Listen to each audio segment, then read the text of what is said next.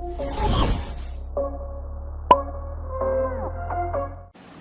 students, welcome to our new lecture number 4 based on the topic chemical kinetics. पिछले lecture में हम लोगों ने रिवर्सिबल रिएक्शन, पैरेलल रिएक्शन पर बेस्ड सारे कॉन्सेप्ट सीख लिए थे। आज का अपना टॉपिक है आर्हेनियस थ्योरी। ओके, तो हेडिंग डाल देंगे आर्हेनियस थ्योरी। थोड़ा सा ये थ्योरेटिकल पोर्शन है, इसमें कुछ जगह पर कॉन्सेप्चुअल भी है, कहीं कहीं पर डेरिवेशन भी है, तो वो भी चीजें देखेंगे, बट थ्योरेटिकल थोड़ा सा ज्यादा है इस वाले लेक्चर में। तो ये थ्योरी वाला पार्ट थोड़ा सा आप लिखते जाएंगे। ओके, तो आर्हेनियस थ्योरी आखिर है क्या? एक्चुअल में रिएक्टेंट मॉलिक्यूल्स कैसे एक दूसरे के साथ कोलाइड करते हैं और कोलाइड करके जो प्रोडक्ट सरफेस में एंटर करते हैं, तो उसी पर बेस्ड ये पूरी थ्योरी है। एक्चुअल में आर्हेनियस थ्योरी और कोलिजन थ्योरी, यही दोनों थ्योरी हमें ये बताती हैं कि आखिर कैसे एक पुराने बॉन्ड रिएक्शन में टूटते हैं और नए बॉन्ड का फॉर्मेशन होता है, जिससे कि रिएक्टेंट सरफेस छोड़कर मॉलिक्यूल्स प्रोडक्ट सरफेस में एंट्री करता है और वो प्रोडक्ट बनाता है। तो ये पूरी मैकेनिज्म को समझाने के लिए आर्हेनियस थ्योरी और कोलिजन थ्योरी अपने को सीखना पड़ेगा। तो आर्हेनियस थ्योरी में आते हैं, तो सबसे पहला पॉइंट आप लिख लेंगे, a chemical reaction take place by collision. A chemical reaction take place by collision between reactant molecule. Collision is essential for receiving the required amount of energy for breaking the bond. बिल्कुल well known line है और हम लोग chemistry में कई जगह पर हमने ये सारी बातें सुनी है कि किसी केमिकल रिएक्शन को प्रोसीड करने के लिए पुराने बॉन्ड का टूटना और नए बॉन्ड का बनना जरूरी है, और जब कोलिजन होगा तभी पुराने बॉन्ड टूटेंगे, इंटरमीडिएट्स बनते हैं, जिससे नए बॉन्ड का फॉर्मेशन होता है, और इंटरमीडिएट बनने से पहले ट्रांजिशन स्टेट भी बनती है। ये सारी बातें हम लोग करेंगे इसमें। चलते हैं अगले पॉइंट पे। All collisions are not effective. For a collision to be effective, the colliding molecule must possess some certain minimum amount of energy called threshold energy. देखिए, रिएक्शन में बहुत सारे मॉलिक्यूल एक दूसरे के साथ कोलिजन कर रहे हैं, तो क्या वो सारे के सारे रिएक्टेंट मॉलिक्यूल प्रोडक्ट में चले जाते हैं? ऐसा बिल्कुल नहीं है। अगर मॉलिक्यूल्स को रिएक्टेंट से प्रोडक्ट में जाना है तो उन्हें एक सर्टेन अमाउंट ऑफ एनर्जी चाहिए होगी, और जब वो सर्टेन अमाउंट ऑफ एनर्जी को पजेस करेंगे तो वो पर्टिकुलर अमाउंट ऑफ एनर्जी को क्रॉस करके ही प्रोडक्ट की सरफेस में एंट्री कर सकते हैं, यानी प्रोडक्ट में कन्वर्ट हो सकते हैं।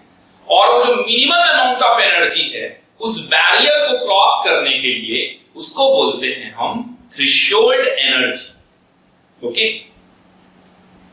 नेक्स्ट पॉइंट पे आते हैं। The reactant molecule having energy equal और greater than threshold energy at a given temperature is called active molecule. तो ये एक्टिव मॉलिक्यूल क्या होते हैं? जिन मॉलिक्यूल्स के पास थ्रेशोल्ड एनर्जी के बराबर या उनसे ज्यादा एनर्जी है। ओके, वो हो सकता है कि उन मॉलिक्यूल्स के पास पहले से हो और कुछ एनर्जी उन्होंने कोलिजन के थ्रू गेन की हो, तो ये ओवरऑल एनर्जी थ्रेशोल्ड एनर्जी के बराबर या थ्रेशोल्ड एनर्जी से ज्यादा होना चाहिए, तभी मॉलिक्यूल को एक्टिव बोला जाएगा, यानी अब वो इफेक्टिव कोलिजन कर रहा है और वो प्रोडक्ट में कन्वर्ट हो रहा है। While those which have less energy is called passive molecule. तो हमने मॉलिक्यूल की भी दो कैटेगरी बना ली। जिन मॉलिक्यूल्स के पास थ्रेशोल्ड एनर्जी के बराबर या उससे ज्यादा एनर्जी है, उन्हें हम एक्टिव मॉलिक्यूल बोल देंगे, और जिनके पास उससे कम एनर्जी है, उन्हें हम पैसिव मॉलिक्यूल बोल देंगे। चलते हैं अगले पॉइंट पे। At a given temperature there exist a dynamic equilibrium between active molecule and passive molecule. तो एक्टिव मॉलिक्यूल और पैसिव मॉलिक्यूल के बीच में एक डायनामिक इक्विलिब्रियम होता है। यहां पर आप देख भी सकते हैं, लिखा है मैंने, passive molecule reversible with active molecule, और इसका डेल्टा H कैसा है? पॉजिटिव। तो अगर इसका डेल्टा H पॉजिटिव है तो इसका मतलब ये एंडोथर्मिक रिएक्शन है, और अगर ये एंडोथर्मिक रिएक्शन है तो अगर हम टेम्परेचर इंक्रीज करेंगे तो हर एंडोथर्मिक रिएक्शन में टेम्परेचर इंक्रीज करने पर इक्विलिब्रियम फॉरवर्ड डायरेक्शन में शिफ्ट करता है। अगर इक्विलिब्रियम फॉरवर्ड डायरेक्शन में शिफ्ट करेगा, इसका मतलब हुआ कि टेम्परेचर इंक्रीज करने पर वो पैसिव मॉलिक्यूल से एक्टिव मॉलिक्यूल की तरफ कन्वर्ट हो रहा है, यानी increase in temperature favour the active molecule, और इस वजह से रेट ऑफ रिएक्शन भी बढ़ेगा। तो हमारा लास्ट पॉइंट यही है, since the above equation is endothermic, so conversion of passive to active molecule favour by rise in temperature, favour by rise in temperature. Every 10 unit के स्लॉट में ये देखा जाता है कि रिएक्शन का रेट 2 गुना या 3 गुना बढ़ जाता है, और इसी को कहते हैं temperature coefficient of the reaction. अगर temperature coefficient of the reaction 2 है तो एवरी 10 डिग्री सेल्सियस के स्लॉट में या 10 केल्विन में, यानी मैंने जनरल बता दिया आपको, 10 यूनिट के स्लॉट में क्या होगा, रिएक्शन का रेट डबल होता जाएगा। अगर temperature coefficient of the reaction 3 है तो हर 10 यूनिट के स्लॉट में रेट ऑफ रिएक्शन ट्रिपल होता जाएगा। तो आगे लिखेंगे by 10 unit increases 2 to 3 times the rate of reaction and hence also increases the rate. Okay, तो ये कुछ आर्रीनियस थ्योरी के कुछ इंपॉर्टेंट पॉइंट्स थे, तो इनको नोट कर लेंगे। और अब यहां से कॉन्सेप्चुअल पॉइंट पे स्टार्ट करते हैं। तो कॉन्सेप्चुअल क्या है, अपने को एनर्जी प्रोफाइल डायग्राम सीखना है, और एनर्जी प्रोफाइल डायग्राम में आखिर थ्रेशोल्ड एनर्जी कहां होती है, एक्टिवेशन एनर्जी कहां होती है, वो एनर्जी बैरियर कहां पर है, ये सारी चीजें देखनी है। तो नेक्स्ट स्टडी डाल देंगे energy profile diagram. Energy profile diagram, अब देखिए एनर्जी प्रोफाइल में क्या है, 2 टाइप के ग्राफ बनेंगे, एक बनेगा एक्सोथर्मिक का और एक बनेगा एंडोथर्मिक का। ये ग्राफ किसके किसके बीच में है, तो ये ग्राफ है पोटेंशियल एनर्जी और progress of the reaction, progress of the reaction, जिसे हम शॉर्ट में बोलेंगे POR। ओके, चलिए देखते हैं। सपोज मुझे एंडोथर्मिक रिएक्शन समझाना है, तो एंडोथर्मिक रिएक्शन समझाने के लिए ये कुछ ऐसा बनेगा। अब ऐसा ही क्यों बनेगा वो अभी आपको थोड़ी देर में समझ में आ जाएंगी ये सारी बातें। तो देखिए, ये जो हाईएस्ट पीक पॉइंट आप देख रहे हो, इस हाईएस्ट पीक पॉइंट को मैं एक डॉटेड लाइन से ज्वाइन कर दे रहा हूं, मार्क कर दे रहा हूं। यहां पर हमारा रिएक्टेंट है और ये हमारा प्रोडक्ट है। तो ये HR कहलाएगा यहां से यहां तक, और ये HP कहलाएगा। इसको हम बोलेंगे EF और इसको हम बोलेंगे EB, और ये टर्म कहलाएगा ETH। इसी को बोलते हैं threshold energy, threshold energy.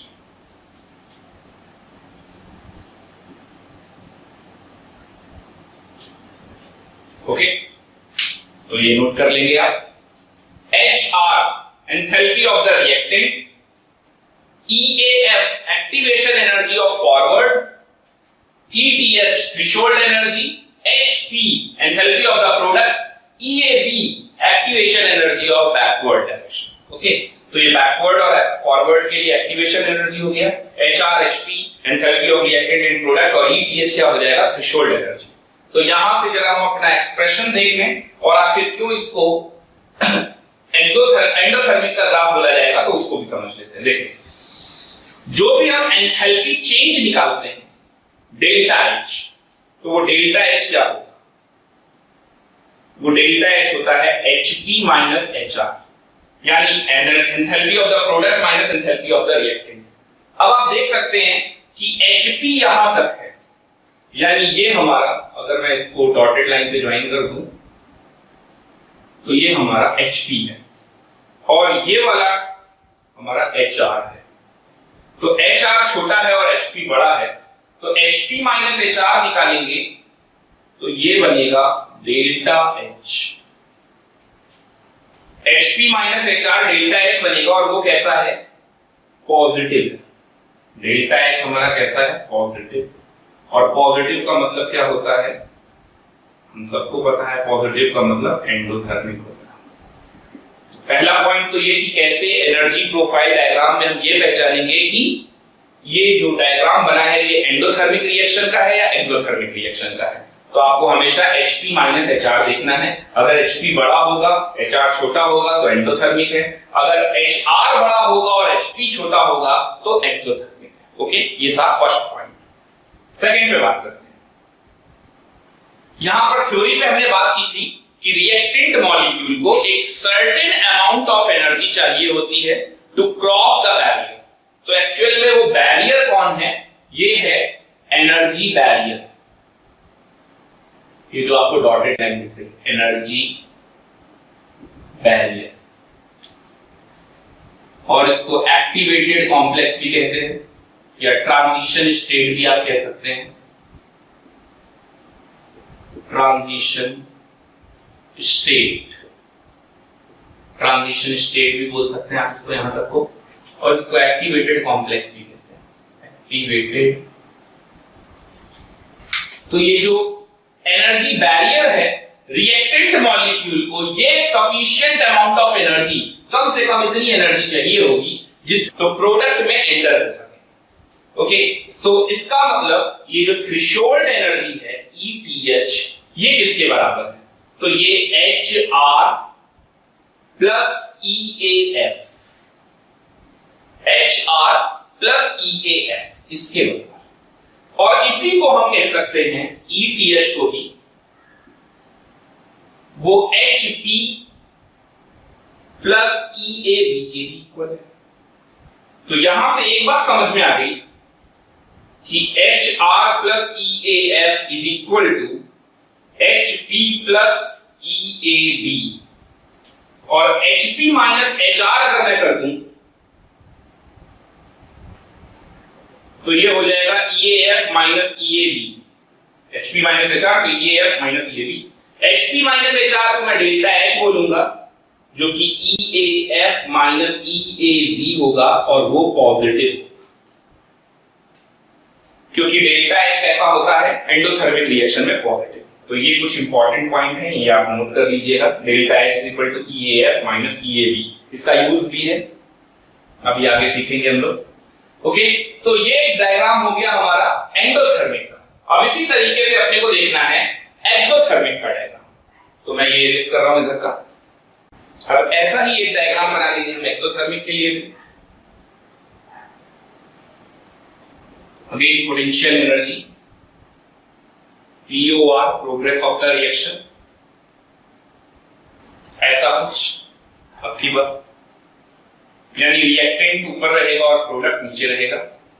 Okay, इस तरीके का डायग्राम बन जाए। इसको आप चाहो तो और ऊपर की तरफ दिखा सकते इस तरह से। तो ये हो गया प्रोडक्ट और ये हो गया reactant.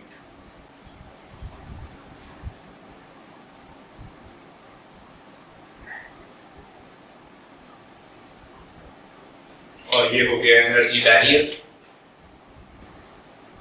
Energy barrier, transition state, ये अपना थ्रेशोल्ड एनर्जी HR,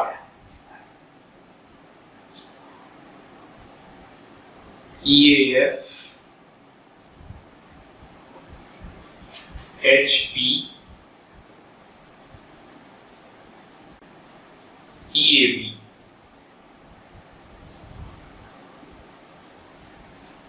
अब आप देख सकते हैं, अब की बार अपना HP छोटा है और HR बड़ा है, तो HP वाली लाइन को अगर मैं मार्क करूं तो वो HP वाली लाइन ये कुछ होगी, और HR वाली लाइन ये कुछ होगी।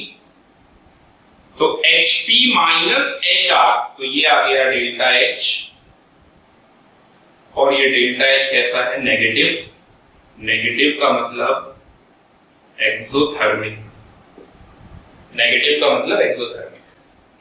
तो चलते हैं कुछ पॉइंट्स में यहीं पे इस तरीके के मेंशन कर देता हूं।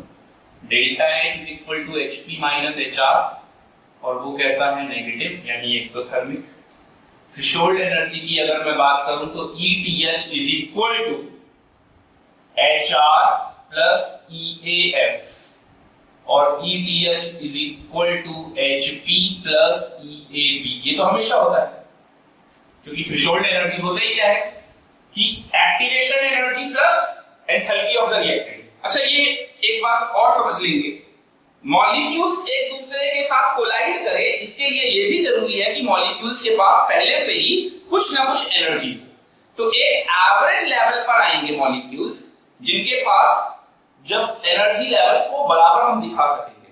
कहने का मतलब, अगर मुझे दो मॉलिक्यूल्स की लड़ाई करनी है तो ये दो मॉलिक्यूल्स को एक लेवल पे होना चाहिए, और एक लेवल पे होने के लिए एक मिनिमम एनर्जी चाहिए, और एक मिनिमम एनर्जी को ही हम कह रहे हैं HR, energy of enthalpy of the reactant. तो ये average molecule, average energy of the molecule reacting species होता है। अब ये कोलाइड करेंगे और एनर्जी गेन करेंगे, तो उस एनर्जी को हम बोलते हैं एक्टिवेशन एनर्जी। अगर इनके कोलिजन करने से वो ये नाम की एनर्जी, एक्टिवेशन एनर्जी प्रॉपर्ली उतनी बढ़ गई जो कि थ्रेशोल्ड एनर्जी के बराबर है, यानी कि ये कैसा कोलिजन हुआ? इफेक्टिव कोलिजन हुआ, और इस इफेक्टिव कोलिजन से ये रिएक्टेंट मॉलिक्यूल से प्रोडक्ट मॉलिक्यूल में कन्वर्ट होंगे।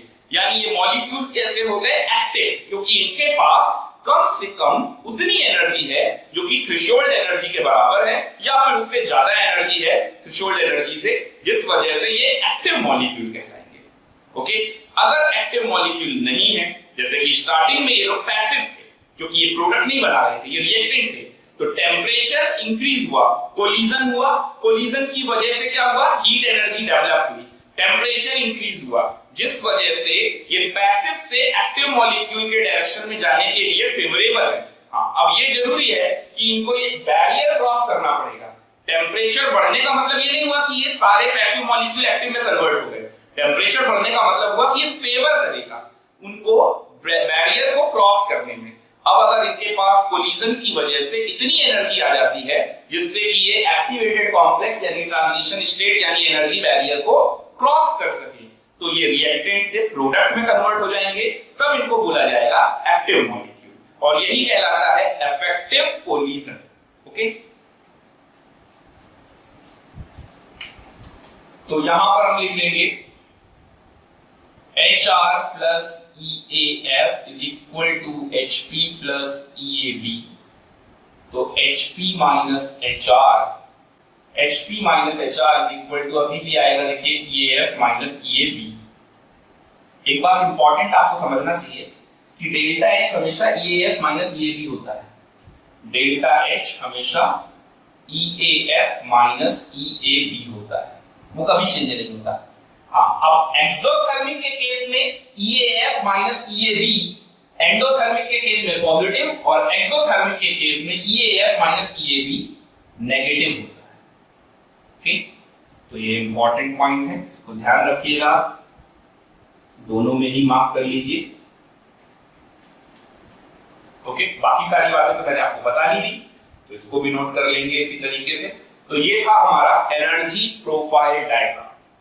थ्रेशोल्ड एनर्जी मैंने आपको बता ही दिया, वो मिनिमम अमाउंट ऑफ एनर्जी जो कि रिएक्टेंट मॉलिक्यूल को चाहिए to cross the energy barrier. Okay, activation energy क्या होती है? जब मॉलिक्यूल्स के पास एक एवरेज अमाउंट ऑफ एनर्जी है, इसके बाद जो एक्स्ट्रा अमाउंट ऑफ एनर्जी जो कोलिजन से वो गेन करते हैं जिससे कि वो एनर्जी बैरियर को क्रॉस कर सके, उसको बोलते हैं हम एक्टिवेशन एनर्जी। तो activation energy is equal to, आप बोल सकते हैं threshold energy minus enthalpy of the reactant, या average energy of the molecule, आप ये भी बोल सकते हैं एक्टिवेशन एनर्जी को। ओके, तो यहां तक नोट कर लेते हैं। तो एनर्जी प्रोफाइल डायग्राम के बाद अब हम चलते हैं आर्हेनियस इक्वेशन पे। तो अगर मैं बात करूं आर्हेनियस इक्वेशन की,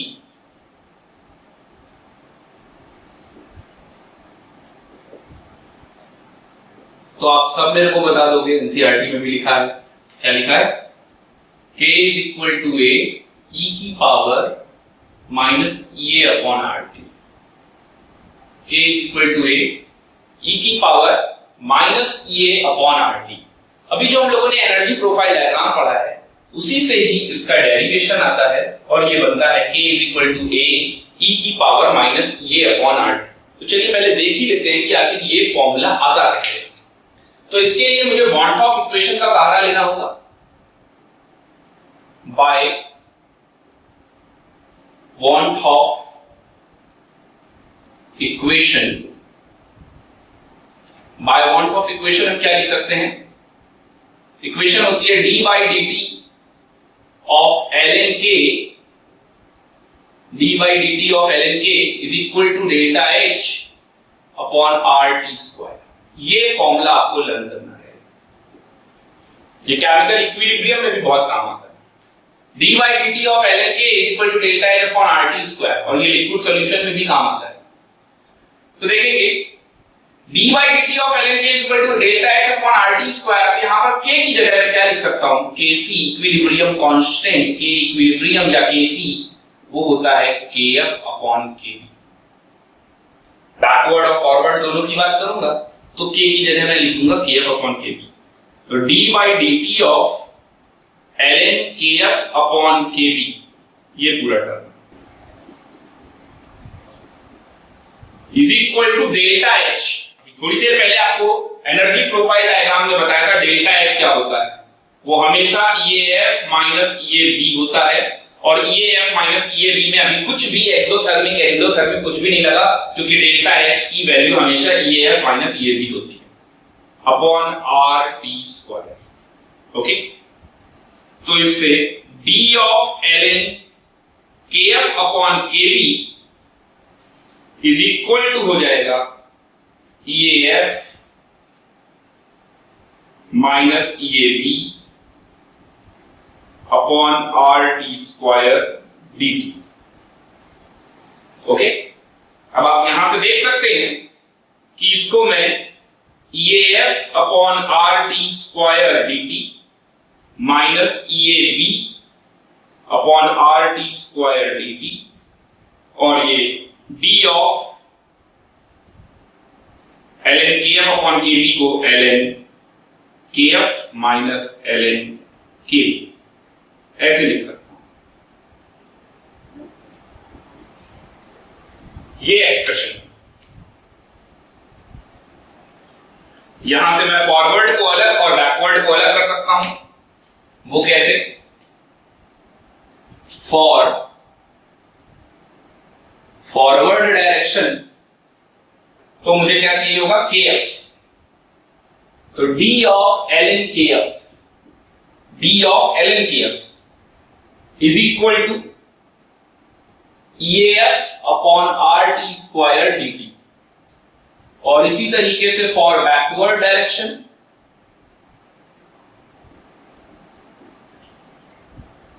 D of ln KB is equal to EAB upon R T square D T.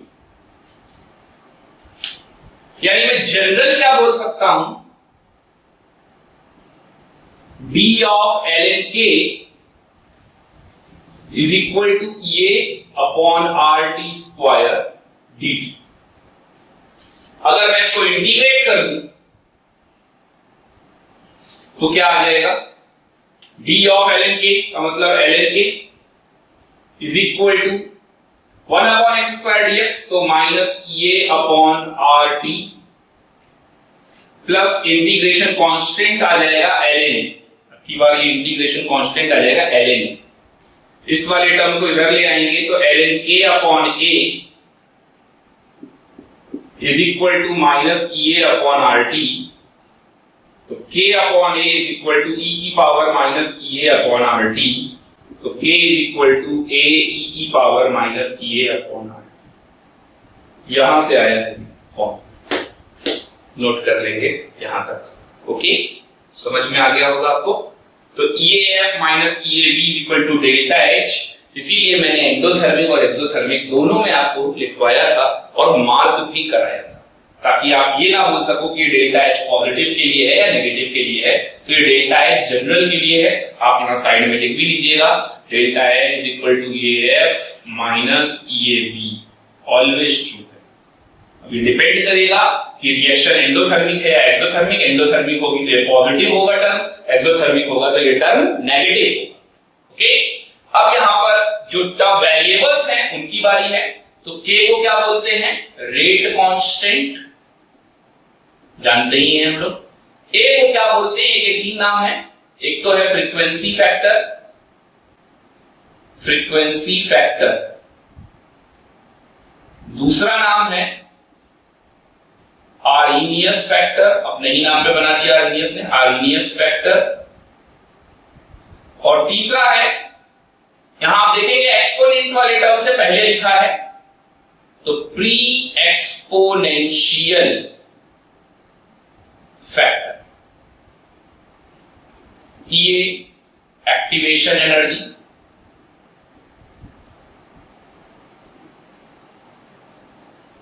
Are constant है,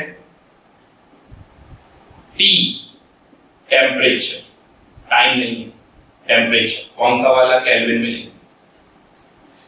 ओके, नोट कर लेंगे यहां। अब देखेंगे ये जो हमने फॉर्मूला तो पता चल गया, K इज इक्वल टू होता है ए ई की power minus A upon R T. अब जरा इसको न्यूमेरिकल वाले फॉर्म में भी ले आते हैं जिससे क्वेश्चन सॉल्व हो सके, क्योंकि एक्सपोनेंट में तो सॉल्व होगा नहीं, तो हम लॉग लगा लेंगे दोनों तरफ, उससे सॉल्व हो जाएगा। और हम किन्हीं दो डिफरेंट टेम्परेचर पे दो डिफरेंट रेट कांस्टेंट को हम कंपेयर भी कर सकेंगे। ओके, तो चलिए देखते हैं। अगर इस इक्वेशन, इसको इक्वेशन नंबर 1 ले रहा हूं मैं, taking log on both side, taking log on both side, तो ln k is equal to ln a plus minus A upon R T, equation number 2। Okay, at temperature T1 rate constant K1, मैं मान लेता हूं T1 को lower temperature, at lower temperature T1 rate constant क्या हो गया? K1। At higher temperature T2, तो temperature बढ़ाने से रेट इंक्रीज होगा, टेम्परेचर रेट कांस्टेंट के डायरेक्टली प्रोपोर्शनल है, तो रेट कांस्टेंट क्या हो गया? K। इनको लगा दीजिए इस पे, तो ln K1 is equal to ln A plus minus A upon R T one, और इसी तरीके से ln K2 is equal to ln A plus minus A upon R T. Equation number 3, equation number 4। अगर यहां आप equation number 4 minus equation number 3 करते हैं तो ये आ जाएगा ln K2 बाई K1, ये ln A कट जाएगा, ln A कट जाएगा, ln A बोलिए या ln बोलिए, और ये आ जाएगा A upon R 1 upon T1 minus 1 upon T2, क्योंकि ये वाला माइनस ये वाला होगा तो प्लस में आ जाएगा। अगर लॉग का बेस स्टैंडर्ड कर देते हैं तो log K2 by K1 is equal to A upon 2.303 R 1 upon T1 minus 1 upon T2। ये हो गया फाइनल इक्वेशन। तो दो अलग अलग टेम्परेचर पे अगर मुझे रेट कांस्टेंट कंपेयर करने को बोला जाएगा तो मैं ये फॉर्मूला लगाऊंगा, नोट कर लेंगे यहां तक। बाय इक्वेशन 2 मैं ग्राफ भी प्लॉट कर सकता हूं, ln k is equal to ln a plus minus A upon R into 1 upon T. तो आप देखेंगे अगर इसको मैं y एक्सिस पे बनाता हूं और ये 1 अपॉन टी के बीच में बनाता हूं इसको x एक्सिस पे, तो ये मेरा क्या बन जाएगा? स्लोप, और ये क्या बन जाएगा? इंटरसेप्ट। तो ग्राफ कुछ ऐसा होगा क्योंकि स्लोप नेगेटिव है इसलिए डिक्रीजिंग ग्राफ होगा। ln k वर्सेस 1/t और नेगेटिव r पॉजिटिव है, ये भी पॉजिटिव होगा तो ये नेगेटिव लगा हुआ है तो इसका मतलब डिक्रीजिंग ग्राफ होगा ऐसा। तो ये जो स्लोप है m is equal to tan theta is equal to हो जाएगा माइनस EA/r और ये ln a के बराबर ln a के बराबर ओके कर देंगे ये का, इसको टच नहीं कराएंगे। तो ये था हमारा आर्हेनियस इक्वेशन। तो चलते हैं अपने अगले टॉपिक पे। आर्हेनियस थ्योरी और आर्हेनियस इक्वेशन पढ़ने के बाद कुछ इंपॉर्टेंट फैक्ट्स हैं अबाउट आर्हेनियस इक्वेशन, तो वो लिख लेंगे। हेडिंग डाल देंगे some important facts about Arrhenius equation. चलिए देखिए इसमें कौन कौन से फैक्ट अपने को सीखने हैं। तो पहला पॉइंट है बोथ आर्हेनियस फैक्टर यानी कि A and activation energy EA are temperature dependent, are temperature dependent. वो कैसे? टेम्परेचर बढ़ाने पर रेट कांस्टेंट K बढ़ेगा, टेम्परेचर बढ़ाने पर रेट कांस्टेंट K बढ़ेगा और एक्टिवेशन एनर्जी कम लगेगी, डिक्रीज होगी। क्योंकि अगर आपने टेम्परेचर बढ़ाया तो नंबर ऑफ इफेक्टिव कोलिजन के चांसेस ज्यादा हैं, मॉलिक्यूल पैसिव से एक्टिव आने के चांसेस ज्यादा हैं। ऐसे में जो उन्हें एक्स्ट्रा अमाउंट ऑफ एनर्जी चाहिए रिएक्शन एनर्जी बैरियर को क्रॉस करने के लिए, रिएक्टेंट से प्रोडक्ट जाने के लिए, वो कम चाहिए होगी। तो इसका मतलब एक्टिवेशन एनर्जी कम, और इससे होगा क्या, ओवरऑल रेट कांस्टेंट इंक्रीज कर जाएगा, रेट ऑफ रिएक्शन बढ़ेगा, रेट कांस्टेंट इंक्रीज कर जाएगा। ओके, अब बात कर लेते हैं कि यहां पर एक्टिवेशन एनर्जी और रेट कांस्टेंट में क्या रिलेशन हो सकता है, तो उसको भी जान लेते हैं। हमारे पास फॉर्मूला है K is equal to A e की power minus EA upon RT। Okay, case number 1, if EA equal to 0, अगर एक्टिवेशन एनर्जी 0 हो जाए तो ये पूरा टर्म 0 हो जाएगा। तो इसका मतलब K बराबर क्या हो जाएगा, A। अभी आपने देखा कि टेम्परेचर बढ़ाने पर एक्टिवेशन एनर्जी घटती है, इसका मतलब टेम्परेचर बहुत ज्यादा इंक्रीज करा दिया गया होगा टेंडिंग टुवर्ड्स इंफिनिटी, तभी एनर्जी इतना डिक्रीज होकर किस तरफ आ गया, 0 की तरफ। तो ऐसा केस कभी भी नहीं पॉसिबल है, not possible. This type of case never be possible. यानी कि EA की वैल्यू कभी भी 0 नहीं हो सकती। वो तभी हो सकती है जब एक्टिवेशन एनर्जी 0 की तरफ जाएगा तो टेम्परेचर इंफिनिटी की तरफ जाएगा, और इसका मतलब होता है K इक्वल टू A। ऐसा पॉसिबल नहीं। चलते हैं अगले केस पे, case number 2। If EA is equal to negative, अगर एक्टिवेशन एनर्जी नेगेटिव हो जाए तो माइनस माइनस प्लस ये पूरा टर्म पॉजिटिव हो जाएगा। इसका मतलब K is equal to A e की power minus EA upon RT। तो ये पूरा टर्म कैसा हो गया, पॉजिटिव, क्योंकि एक्टिवेशन एनर्जी नेगेटिव में आ गया। तो ये पूरा टर्म पॉजिटिव हो गया, इसका मतलब K is much greater than A। This is also not possible, not possible.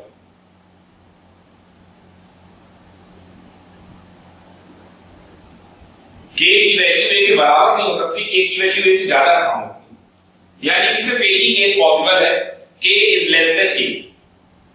और वो कब पॉसिबल हो सकता है, इफ EA इज पॉजिटिव। अगर EA पॉजिटिव है तो जरा सोचिए K is equal to A e की power minus EA upon RT।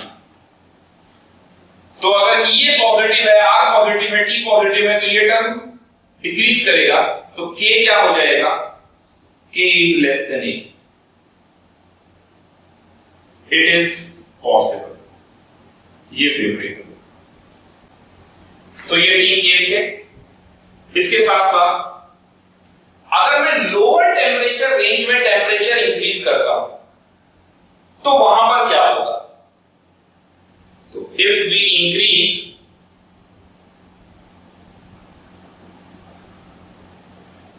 in lower temperature range, in lower temperature range if we increase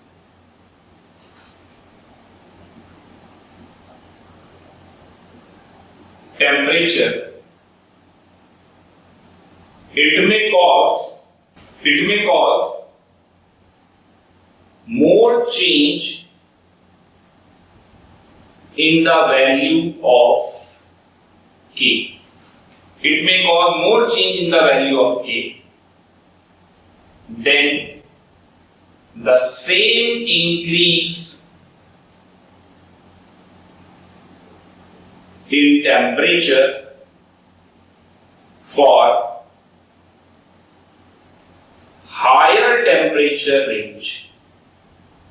बात का मतलब तो आप समझ ही गए होंगे। अगर लोअर टेम्परेचर रेंज है और वहां पर अगर मैं थोड़ा सा टेम्परेचर इंक्रीज करता हूं तो वहां पर रेट कांस्टेंट में अच्छा खासा चेंज देखने को मिलेगा। जबकि हायर टेम्परेचर रेंज में अगर मैं उतना ही टेम्परेचर इंक्रीज करूं जितना मैंने लोअर में इंक्रीज किया था तो उतना बड़ा चेंज देखने को नहीं मिलता है। इंपॉर्टेंट ये 3 केसेस हैं, इनको अच्छे से ध्यान रखिएगा। और ये रिलेशन टेम्परेचर बढ़ाने पे रेट कांस्टेंट बढ़ता है और एक्टिवेशन एनर्जी डिक्रीज करती है। तो ये थे कुछ इंपॉर्टेंट फैक्ट्स रिगार्डिंग आर्गेनियस इक्वेशन। और अब अपने को चलना है कोलिजन थ्योरी पे, तो हेडिंग डाल देंगे कोलिजन थ्योरी। तो चलते हैं अपने अगले टॉपिक पे और हमारा अगला टॉपिक है कोलिजन थ्योरी। हेडिंग डाल देंगे कोलिजन थ्योरी। थ्योरेटिकल पार्ट है तो मैंने सारे पॉइंट्स लिख रखे हैं। क्रैश कोर्स में इतना टाइम नहीं है कि मैं सारे पॉइंट्स लिखूं और फिर एक एक करके आपको समझाऊं। तो इसमें जितना जहां पर बहुत ज्यादा थ्योरेटिकल पार्ट है वहां पर मैं पूरा लिख के आपको एक्सप्लेन कर दे रहा हूं। ओके, तो ये पॉइंट्स कुछ हैं, की पॉइंट्स ये लिखते रहेंगे। और इन पॉइंट्स में ऐसा कुछ भी नहीं है जो मैंने आपको पीछे समझाया ना हो। सबसे बड़ी चीज ये है कि इसमें से ऐसा कुछ भी नहीं है जो मैंने आपको समझाया ना हो। चलिए देखते हैं। लास्ट पॉइंट सिर्फ इंपॉर्टेंट है, उसको थोड़ा सा आगे समझना है। चलिए देखते हैं। सबसे पहला पॉइंट है the basic requirement for a reaction to occur is that the reactant species must collide with each other। ये बात मैंने आपको पहले भी बता रखी है कि रिएक्शन तभी होगी जब रिएक्टेंट मॉलिक्यूल एक दूसरे से कोलाइड करेंगे। कोलाइड करना बहुत जरूरी है। चलिए नेक्स्ट आते हैं अगले पॉइंट पे। The number of collisions that take place per second per unit volume of the reaction mixture is known as collision frequency। ये जरूर थोड़ा सा नया है कि collision frequency क्या होता है, तो ये आप याद रखेंगे। The number of collision per unit volume, the number of collision per second per unit volume of a reaction mixture, इसी को कहते हैं collision frequency। ओके, जेड से रिप्रेजेंट करते हैं। अभी हम आगे और डिस्कस करेंगे इसको। नेक्स्ट आते हैं every collision does not bring a chemical change. सही बात है, बहुत सारी कोलिजन होते हैं किसी भी केमिकल रिएक्शन में, तो क्या सबके सब प्रोडक्ट बना देते हैं? कभी नहीं। The collision that actually produce the product are effective collision. जो प्रोडक्ट बनाएंगे वो इफेक्टिव कोलिजन कहलाएंगे और जो प्रोडक्ट नहीं बना पाएंगे वो इनइफेक्टिव कोलिजन कहलाएंगे। नेक्स्ट पॉइंट पे चलते हैं। The effective collision which bring the chemical change are few in comparison to the total number of colliding molecules। Number of colliding molecules बहुत सारे होंगे, मिलियंस में होंगे, और जबकि उसमें से जो इफेक्टिव कोलिजन देने वाले मॉलिक्यूल्स हैं वो बहुत ही फ्यू होंगे। ओके, बहुत फ्यूअर है। नेक्स्ट आते हैं the collision that do not form effective collision are called ineffective collision. मैंने आपको पहले ही बता दिया, जो इफेक्टिव कोलिजन नहीं दे पाएंगे उनको हम क्या कहेंगे? Ineffective collision. अगले पॉइंट पे आते हैं। For a collision to be effective, two barriers must be cleared। Must be cleared। ये इंपॉर्टेंट है।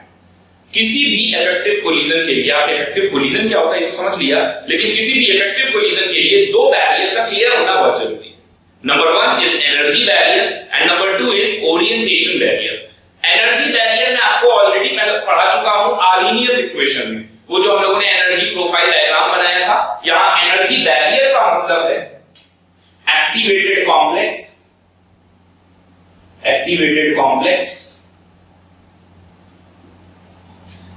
ये मिनिमम अमाउंट ऑफ एनर्जी चाहिए बैरियर को क्रॉस करने के लिए जिससे वो रिएक्टेंट मॉलिक्यूल प्रोडक्ट में कन्वर्ट हो पाएगा।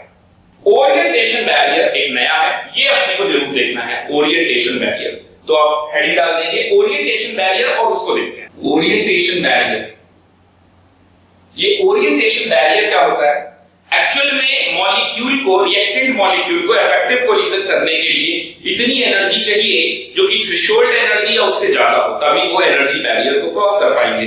साथ ही साथ उनके बीच में जो कोलिजन होना चाहिए वो एक प्रॉपर ओरिएंटेशन होना चाहिए।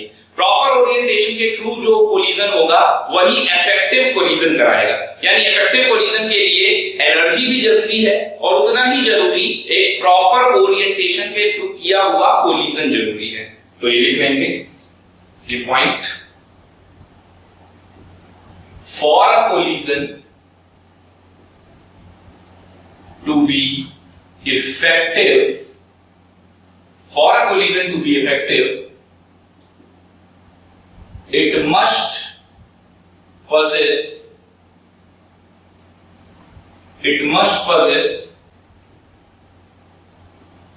proper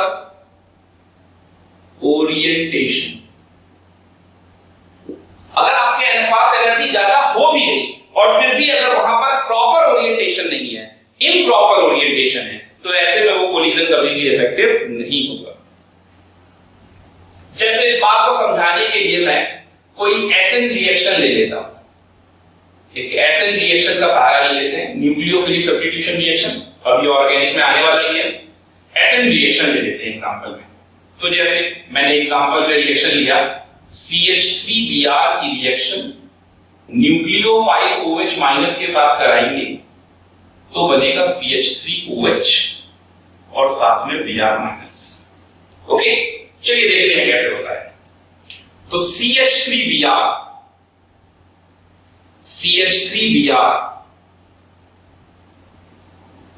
प्लस OH मॉलिक्यूल, तो CH3Br में कौन अटैक करेगा? ये हमारा रिएक्टेंट हो गया, जबकि रिएक्टेंट में भी बोलना चाहिए हमें इसको सबस्ट्रेट, जिसके ऊपर अटैक होता है सबस्ट्रेट। और जो अटैक करता है वो इलेक्ट्रोफाइल या न्यूक्लियोफाइल, यहां पर न्यूक्लियोफिलिक सब्स्टिट्यूशन रिएक्शन है तो न्यूक्लियोफाइल अटैक करेगा। तो OH माइनस इस पर अटैक कर रहा है। अब इस बात की दो प्रोबेबिलिटी, वो क्या क्या? अगर प्रॉपर ओरिएंटेशन हुआ तो क्या होगा? यहां से एक ट्रांजिशन स्टेट बनेगी, तो वो ट्रांजिशन स्टेट देख लेते हैं। ये CH3Br में ये Br निकलेगा डेल नेगेटिव और ये OH माइनस डेल नेगेटिव ये यहां से अटैक करेगा उसके अपोजिट साइड से, और इससे हमें आगे चल के प्रोडक्ट मिल जाएगा। तो प्रोडक्ट मिल जाएगा हमें CH3OH और साथ में Br माइनस। ओके, अब देखते हैं इम्प्रॉपर ओरिएंटेशन में क्या होगा। तो अगर हम इम्प्रॉपर ओरिएंटेशन की बात करें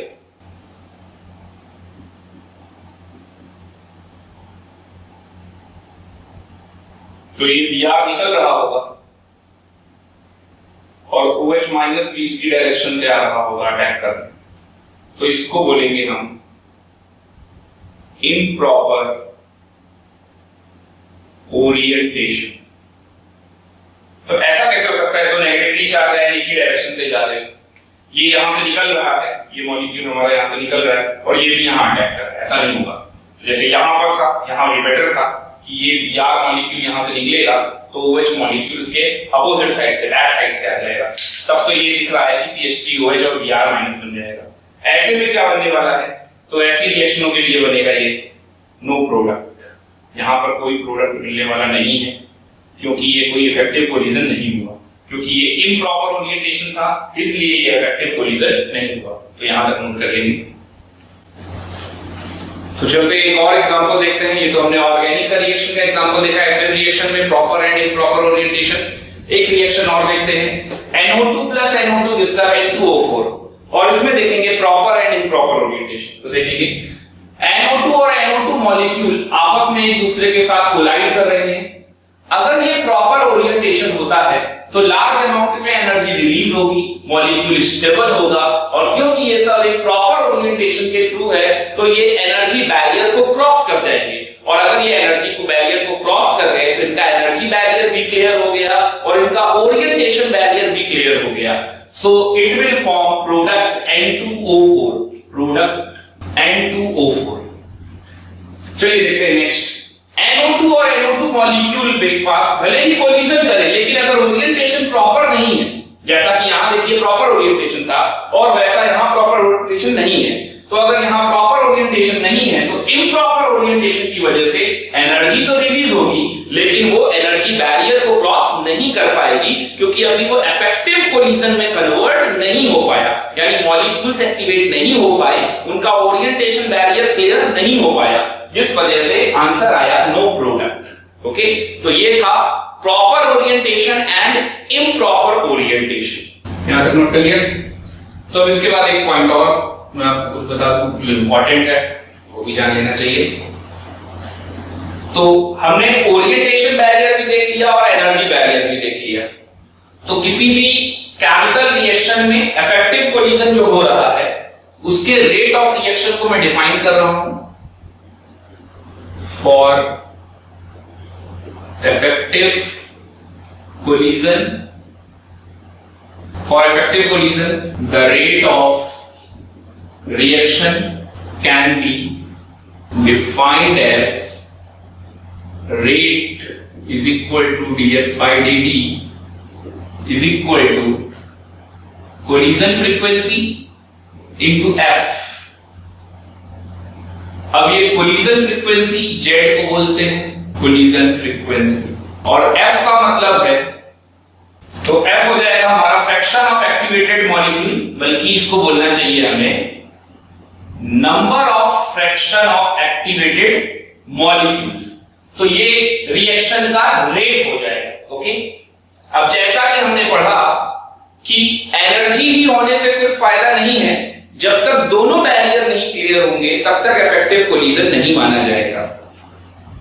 तो अगला पॉइंट लिख लेंगे, not only the energy barrier but also the orientation barrier should be clear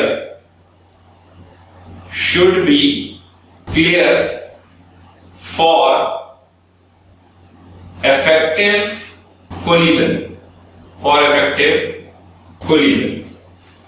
और इसीलिए जो रेट कांस्टेंट है रिएक्शन का, वो rate constant is equal to पहले लिया जाता था z इंटू ई की power minus A upon R T. ये सिर्फ एनर्जी पे डिपेंडेंट था।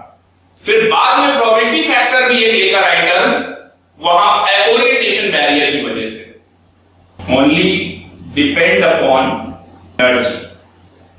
तो k into p into Z, A B नाम की अगर रिएक्शन है तो जेड ए बी आप लिख सकते हैं, ई की power minus A upon R T. तो ये जो टर्म बना इसमें दोनों हैं, both depend upon both energy as well as orientation. यहां पर P को बोलते हैं प्रोबेबिलिटी फैक्टर और ZAB को बोलते हैं कोलिजन फ्रीक्वेंसी। अगर आप इसको आर्हीनियस से कंपेयर करो, if we compare it with Arrhenius equation जो कि k is equal to A E की power minus A upon R T होता है, तो हम ये बोल सकते हैं कि a जो आर्हीनियस फैक्टर है वो p into Z A B के बराबर होता है। a is equal to p into Z A B के इक्वल होता है आर्हीनियस फैक्टर। ओके, तो ये था किसी इफेक्टिव कोलिजन के लिए रेट ऑफ रिएक्शन का लिखना, dh by dt जो कि collision frequency into number of fraction of active molecule के बारे में बताता था। और ये हमने ओरिएंटेशन बैरियर से जाना कि सिर्फ मॉलिक्यूल में एनर्जी बैरियर क्लियर होना जरूरी नहीं है, ओरिएंटेशन बैरियर का क्लियर होना भी जरूरी है फॉर एन इफेक्टिव कोलिजन। अगर एनर्जी है लेकिन ओरिएंटेशन प्रॉपर नहीं है तो भी उसको इफेक्टिव कोलिजन नहीं माना जाएगा। यानी कि अगर सिर्फ एनर्जी बैरियर पे रखें तो यहां पर इक्वल टू आता है कोलिजन फ्रीक्वेंसी इनटू e की power minus a by RT, और e की power minus a upon RT को बोलते हैं फ्रैक्शन ऑफ एक्टिव मॉलिक्यूल। और ये फ्रैक्शन ऑफ एक्टिव मॉलिक्यूल को मैं इधर मेंशन कर दे रहा हूं, फ्रैक्शन ऑफ एक्टिव मॉलिक्यूल को e की power minus a upon RT को आप आर्हीनियस इक्वेशन से अगर देखें तो आप इसको k अपॉन a भी कह सकते हैं, k अपॉन a। और ये फ्रैक्शन ऑफ एक्टिव मॉलिक्यूल का मतलब होता है number of reactant molecule give effective collision upon total number of reactant molecule जो कि कोलिजन में पार्टिसिपेट करेंगे। ओके, तो ये था हमारा कोलिजन थ्योरी, और इसी के साथ हमारा केमिकल काइनेटिक्स चैप्टर फिनिश होता है। आज के लिए इतना ही। Okay, thank you.